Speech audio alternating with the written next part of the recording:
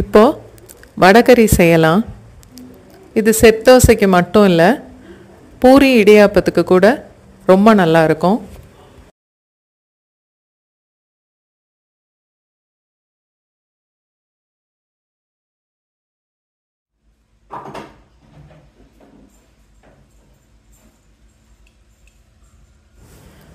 அரை கப்பு கடலைப்பருப்பு, 120 ml, 1 மணி நேரம் ஊற வச்சு ரவை பதத்தில் அரைச்சி எடுத்திருக்கேன்.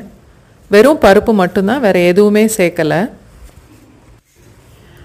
பொரிக்கிறதுக்கு 200 ml எண்ணெய் ஊற்றி அரைச்ச மாவை அதில் பக்கோடா மாதிரி போட்டு பொரித்து எடுத்துக்கணும். இந்த பக்கோடா மொறு மொறுன்னு வேகக்கூடாது.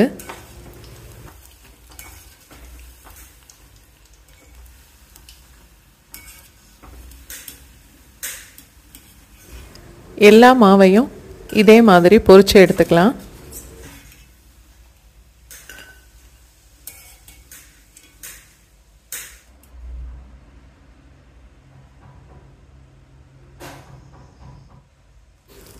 மொறு மொறுன்னு இல்லாமல் இது மாதிரி சாஃப்டாக இருக்கணும். தாளிக்கிறதுக்கு 2 டேபிள் ஸ்பூன் ஏதாவது ஒரு எண்ணெய்,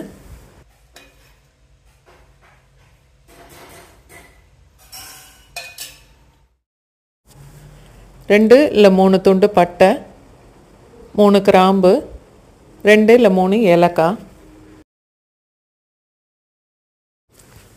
என்னோடய சேனலை சப்ஸ்கிரைப் பண்ணவங்களுக்கு ரொம்ப நன்றி. என்னோடய வீடியோலாம் பார்க்குறவங்களுக்கும் ரொம்ப நன்றி.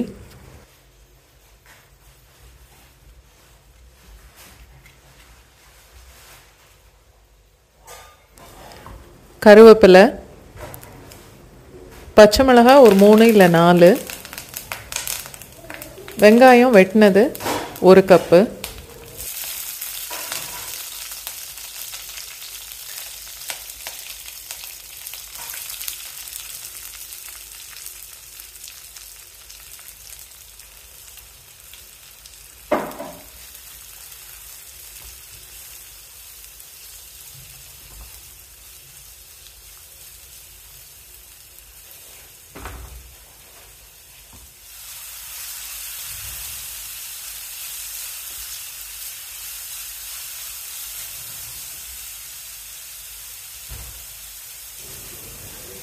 தக்காளி அரை கப் அளவுக்கு எல்லாம் சேர்த்து ஒரு 1 நிமிஷத்துலேருந்து 1.5 நிமிஷம் வரைக்கும் வதக்கிக்கலாம்.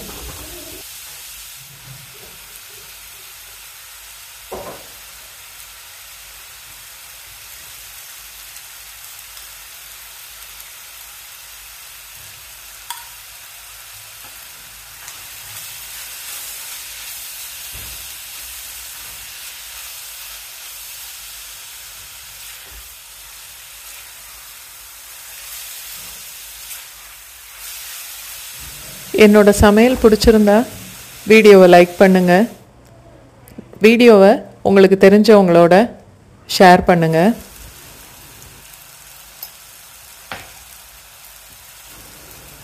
கால் ஸ்பூன் மஞ்சள் தூள், 1 ஸ்பூன் சோம்புத்தூள்,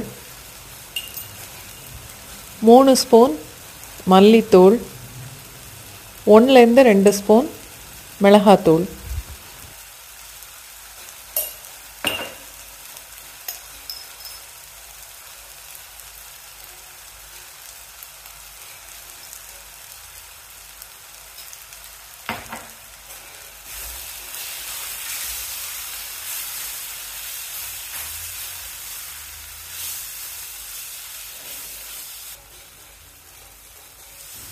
கொஞ்சமாக தண்ணி சேர்த்து மசாலாவை நல்லா மிக்ஸ் பண்ணிக்கலாம்.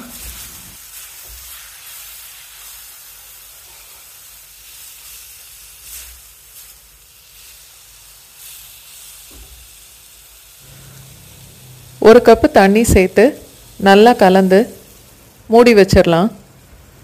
1 நிமிஷம் கொதிக்கட்டும்.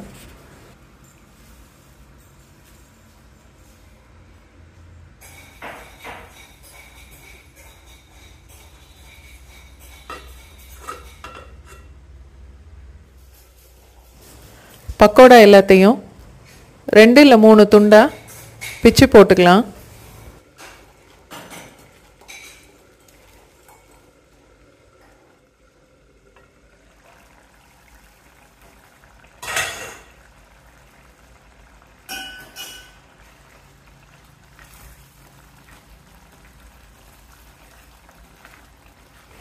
என்னோட சேனல் சப்ஸ்கிரைப் பண்ணாதவங்க சப்ஸ்கிரைப் பண்ணிக்கோங்க.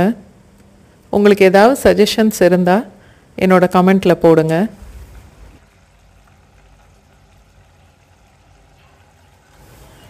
பொரிச்சு வச்ச பக்கோடா எல்லாம் குழம்போடு சேர்த்துக்கலாம்.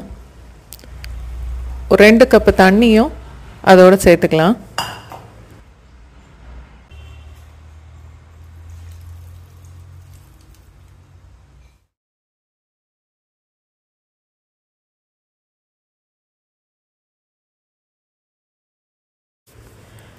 தேவையான அளவுக்கு உப்பு சேர்த்துக்கலாம்.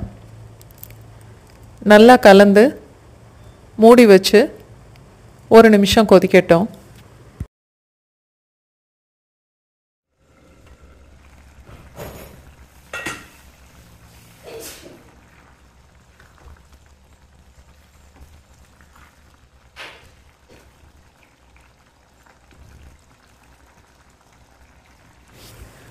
ஒரு கப் அளவுக்கு நல்ல கெட்டியான தேங்காய் பால், பாதி தேங்காயிலிருந்து எடுத்தது.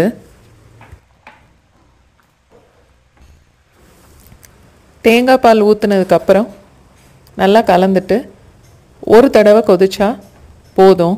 அடுப்பு ஆஃப் பண்ணிடலாம்.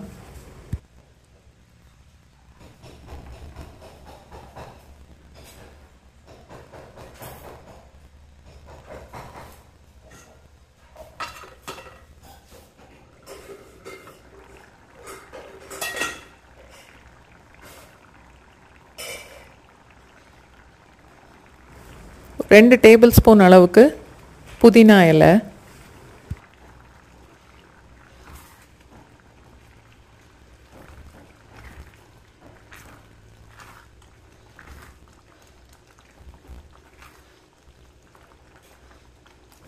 இந்த வடகறியை நீங்களும் செய்து பாருங்கள்.